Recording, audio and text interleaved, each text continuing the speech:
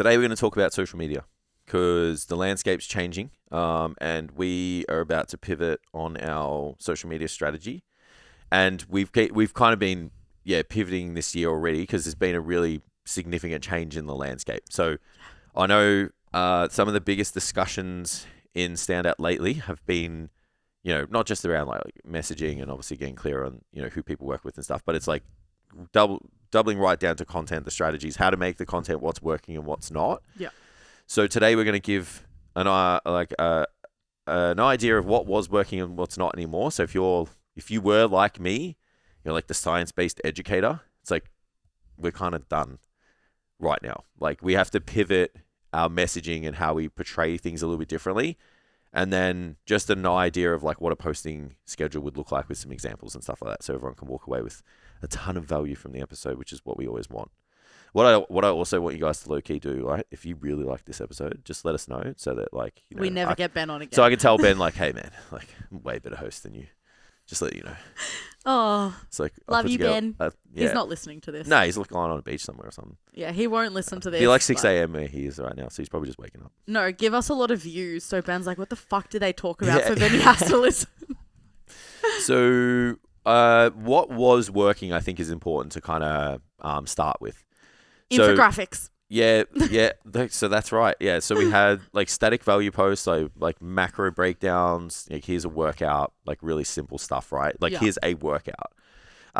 Educational infographics, like you kind of mentioned, and I was big on those. And like to be really fair, worked. like yeah, absolutely. But this is like we're talking like maybe 2020 to 2022. There was a little bit of an aftermath of that. Yeah. And then moved into like that really fast, over edited, the TikTokers. Polished. Yeah, that's right. Yeah. Clean before and after photos. You were just like, here's the results. I still kind of do those. And I do them more for like, I don't necessarily do them for like reach. I do them for when people land on the page. It's like your business card. So yes. I feel like, but if you wanted them to serve the purpose like within your funnel right now, it's like you can't do them that way anymore. And then, just like a lot of visuals. So even just like photos of you training, like still photos with like no information on them. When it comes to authority and positioning, again, very science heavy, very fact heavy. So it's like it's 1 gram of protein is this many calories, and fucking your BMR times this and blah blah blah is like your total daily energy expenditure. This is how you manage your deficit. And like guys, I literally I built my business on this stuff, so I'm calling myself out here as much as like some people at home might be getting hurt. Basically, the I know more than you is what was working. Why it worked was because there was less competition, lower content volume, and like at the time, people wanted to have it very easily to access information. Yes. So we were just putting the information in front of people. We can't really do that anymore. I watched something during the week. Like one of the reasons like the evidence-based era is dead is because access to information is even easier now. Yes. Like again, you can just prompt an AI platform, use an LLM and just be like, give me all the information on said topic. Like granted, you've got to prompt properly, but how's that any different to like just them following a post that someone made? Yeah. So we've got to, now we've got to pivot with our content. What was your most prominent, like / reliable content strategy, like even style of content, in the last say 3 to 5 years? What would you say? What was? Yeah, so like even looking at that and like what did work, like was there anything that you kind of used to do that you're like, it just doesn't work anymore? This is gonna piggyback off Ben's topic last week. His content topic, talking about feelings around training. So like, I don't know how I even describe that. Talking about getting confident or talking about being confident versus talking about the product rather than the journey. I think that's like the end result rather than the journey. So, but you could get away with that. Yeah, so like you just said, just posting static before and after photos versus the journey. So talking about the end product of confidence without the how and the journey leading up to it. Yeah, absolutely. So I would say that those things probably, and I exercise tutorials to a degree as well. Yeah. There's ways to do that now. It's the messaging. That's why I said to a degree. Yeah, because you could just be like, this is how to do it. Where now you got to be like, if you're struggling to said pain that people experience, said problems. Again, problem aware. Cool. Let's make you solution aware. So it used to be how to do an RDL. Now it is. Yeah, if you're getting back pain in your RDLs, this is how to fix it. Correct. And you're still doing an RDL. But it's the delivery of it. Yeah. So I still talk about people getting confident. You still talk about before and afters. It's just the delivery is so different. Absolutely. Yeah. Because people aren't going to pay attention anymore. No. Yeah, because we've already kind of done that surface level stuff. Personality. Oh, that you know what? That's later. I'll talk about it later. we will get there too. Yeah. Absolutely. So let's go with what the landscape looks like. So just full disclosure, guys, I got my AI agent, Alfred, who I have curated, to go off and do a comprehensive report on fitness, social media in fitness in Australia. Yep. And I was like, what's working? What's not? What did work? Why do we need to pivot? And how does this look for us, moving forward? And then I made sure that kind of coincided with, the things that we're doing with our mentors and things that we're doing with our content. So it's like taking the information, taking the strategies that we're doing right now, and then molding it together and going like, this is what, your content strategy could look like if you're really struggling with like what to do and how to do it, especially with all the changes that are coming on. So firstly, thank you to Alfred. Got to say that. Shout out Alfred. Yeah. So if they do Alfred, like Batman's right hand man. Yeah. Alfred? Well, when it said like you have to give me a name, I was like, well, it's either Jarvis or Alfred. We love Alfred. For my age. So I was like, yes. I'm going with Alfred. So anyway, what the landscape looks like now. So reels are non-negotiable because they get the most amount of reach. So we're thinking about a strategy of like, top of the funnel, middle of the funnel, bottom of the funnel, especially like top, if reach is the goal. Because you're trying to get people in. You're trying to get them solution aware or problem aware. And they're trying to be like, oh, like Jess has made, like I have this problem now and I know why and Jess has told me.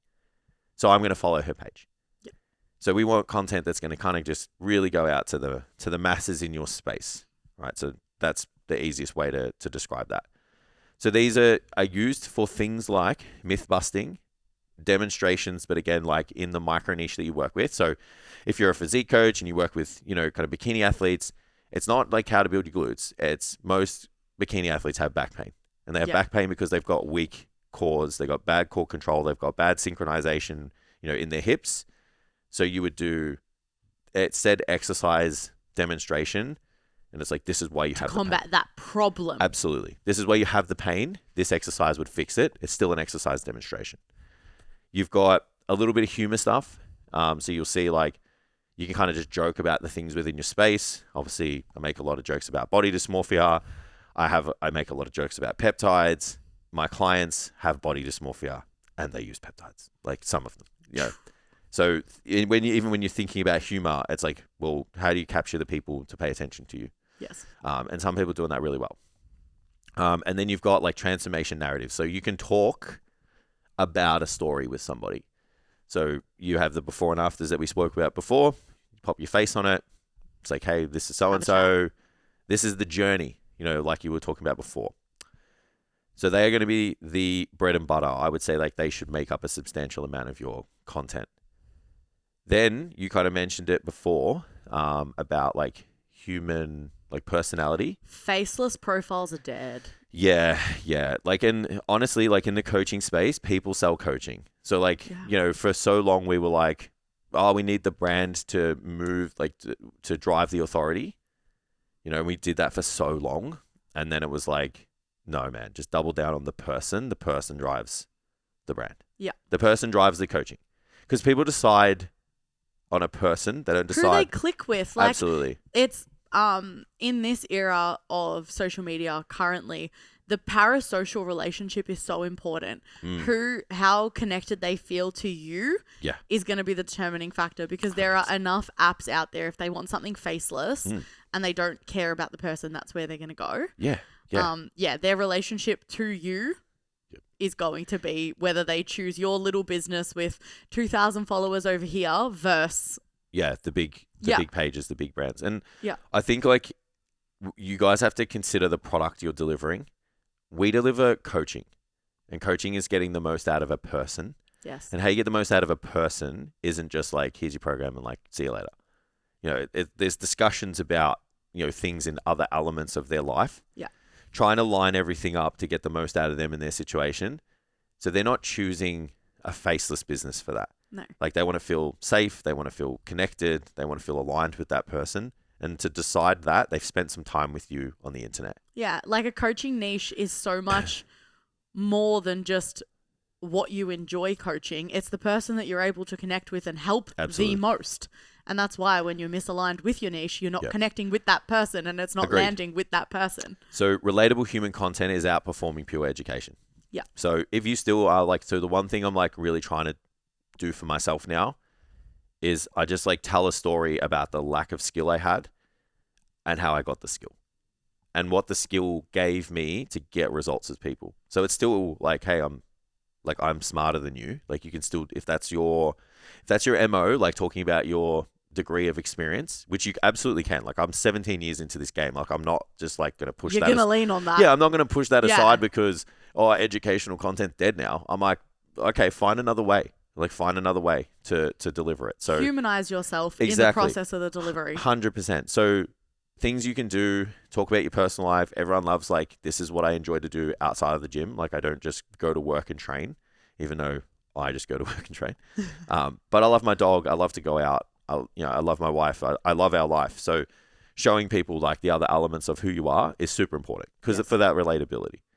Behind the scenes, day in the life, what's going on in business, you know, what goes on, you know, behind the athlete, like all that stuff's still super cool. Family, show your kids, show your dog if you want to. Obviously online, you don't have to. Like some people don't agree with that, which is absolutely fine. And then like share big milestones. You know, again, like one thing I never really thought about doing was like sharing like things like that because I come from a background where I just like we just did the thing. Yeah. And it was never a big deal. So even when I bought my first car, like I didn't really appreciate how big of a deal that was. And then when I bought my first brand new car, I was actually ashamed to show people. You know, and yeah, because I just like I was getting successful and I was making money and you know, I just like you didn't want to feel like you were rubbing it in or yeah, that's right. I didn't and bragging. I didn't have a circle that was comfortable to celebrate wins around like money and success. So it did come like I had this preconceived idea that it come across like I was bragging. So I never really got to do those things. And then I was like, so it was only like the last like 2 or 3 years where I'm like, this was the time when I did this and I kind of like celebrated it like 5 years later, which is crazy. But that stuff's really working now because everybody wants to kind of just see, you know, what's going on. People want to be able to either see themselves in other people or see themselves in another person that's doing what they want to do. So like they may not be where you are yet. They may not be your age or with your level of experience or have your physique yet, but they want to know that someone like Jason that started things that I know about you, saving money in fucking shoeboxes and like, you know, not depositing it and doing all of that stuff. Like someone that started like that couldn't even get a loan for their first car, like is now in the position that you're in. And they're like, holy fuck, if Jace can do it. That's the message. I can do it. The message is we're all just people at the end of the day, you know, and it's really easy to see the snapshot from the outside looking in, like of what people portray online and then think everyone's perfect. To take the person down off the pedestal to a more even platform, which people are wanting now, humanizing yourself is how you do that. Yeah. Yeah. So it's if you're not doing, like, I know I'm having a lot of conversations with coaches who are a little bit like kind of hesitant to show their life. And they're like, oh, but you know, I don't have anything interesting to show. And I'm like, it's not about that. It's about because some people need to see that it can be boring too. It's showing what you do and what they do is the same, and you're here and they put you here and they're there and they want to get to where you are. Yeah. So sometimes it's not, oh, there's something special, there's something there. Sometimes it is like, oh, they're just like me. So that means I can do it. Well, like something that's big for me. So I've never targeted mums in my content. Like I've never ever done that. And occasionally I will say like, yeah, I've done XYZ with Parker here the whole time, but like, it's just a way to show that like, even though my life is 100% revolved around a little human, Yeah. I never display that online. However, you see so much of my life that like my chatbot frames me as the big sister. Yeah. So like I position myself as a big sister, and it's like what you do throughout the day, however you carry yourself, whatever. Like, yeah, you don't have to post your kid. You don't have to post your family. Like, there are so many ways for people to feel connected to you without you doing that as well. Absolutely. And I think that's important. Like, coming from a parent, I do post Parker's face, but like I'm not posting what days he goes to kinder, what days like nothing like that. I don't need you to know my schedule. Absolutely. You just need to know that I'm busy doing other things. Like, it doesn't have to be extravagant either. Oh God, no. It doesn't have to only be when you do extravagant shit too. No. Like, I see that with people as well. Like, there'll just be a big gap between stuff because they don't think it's big enough. And then when they do something like, oh, we did this. Like, sometimes, man, I'm just walking my dog, going to the gym and like talking to people on the internet. Yeah. Like, and I have no issues in sharing that. It's like, yep, cool, man. Another week of putting steel on the walls. Like, just building towards the dream. Like, you know, most of the time weeks are like this. They're not, you know, fancy dinners and going to Formula One and fucking flying to Sydney and, you know, going to to raves and shit. It's like, that's not what happens every weekend. No. You know, but it happens sometimes. Yes. You know? Myth busting still strong. So I think that won't ever fade. I think your delivery needs to be in alignment with your personal brand. So I don't mind myth busting. I don't like myth busting when you're calling someone out and hammering them into the ground and, you know, trying to make you look better. I like the idea of like, people say this is why that is incorrect because I have all of this evidence and proof to suggest it. So you get to decide on who you choose. That's it. And that's my own personal brand. If you want to be the person to hammer someone into the floor, that's fine. I have no issues with that. You're going to have your own tribe and those people are going to be fine. You want to live that way, that's cool. Like, I don't have the energy to live like that. But that's fine. So myth busting is great, especially in your space. Make it sharp, make it clear, make it simple, make it outcome focused. Don't make it personal attack based. Boom. That's the important part. Comments to CTA to generate lead is super important. So people like engaging on a word in a post is definitely like driving engagement and driving conversations. So comment, you know, said word in the text and you'll get said thing. You'll get something, be it a value add, a lead magnet, you know, a strategy, like not a strategy, like maybe like a technique thing or something. Whatever it is that you're trying to, you know, going to have a conversation about to, you know, essentially just sell them coaching at the end of the day. Like, yes. So it's engagement driven, and it's there to increase your lead list as well. So make sure you guys are doing that. And then transformation and storytelling. So talking about people's transformations like we spoke about. Swipe to reveal is really good. So again, it's like encouraging people to, you know, kind of engage on the content. Narratives, talking about this is where this person was and this is where they are now. And then challenge-based outcomes as well. It's like this person experienced this, you know, obstacle and we worked on this together. And that's the one that I feel most coaches undervalue because they don't put those challenges on a pedestal. Like if someone's not hitting, you know, their protein intake, if they're not recovering well, if they're not sleeping better, you know, and they are feeling like just perpetually like shit, they just think because they're normal conversations you have every day, that's not something to celebrate when you solve them. I 100% am so guilty of this because like, I'll look at something that I just go over in a check-in with a client, whether it's like a technique change in something or it's like lumbar pelvic control in an RDL and this person's not getting back pain anymore. Yeah. I'm like, oh my God, that is the most simple post to make that will just that everybody experiences that someone's going to go, fuck, I have back pain. It can be so simple that you just solve it so frequently that you take for granted that that's an issue that so many people have. Yeah. A small strategy that you put in place for your client to hit their protein or like something 100%. Like that everyone can do with the reminders. Doesn't have to be this really dramatic before and after. Like the internet's flooded people with that. So now it's about telling stories on the micro problems that they have that you're solving with your current clients every day. Yes. So then they're like, oh, it's like a snapshot into working with you. I think that's like talking to like a lot of the trainers at iGym and things like that at the moment. It's like posting about your clients can be overwhelming, especially when you're newer at it and don't have as many. Yeah, the results. Yeah, you don't have enough skin in the game because you haven't been in it long enough to have a huge, substantial thing. Doesn't mean you're not changing lives every day. Every client has a story that you can tell every week about something you solve for them. Yes. without being like, we lost 10 kilos over 12 weeks. Yeah. If you're 3 months into the game, you can still tell stories. You're solving problems all the time. So that is, everybody has the ability to do that now. So the story is struggle, structure, execution, result. Like if you wanted to tell a story about a client, it's like, what was the struggle? What structure did you implement? What's your method? How did you execute it? And what was the result? Yeah. Like very, very simple format. And I think I'm just going to add something in there as well. You're not talking to other coaches when you explain that. No, absolutely You are not. explaining it as though you explained it to that client. Simplify it. You know your shit. Yep.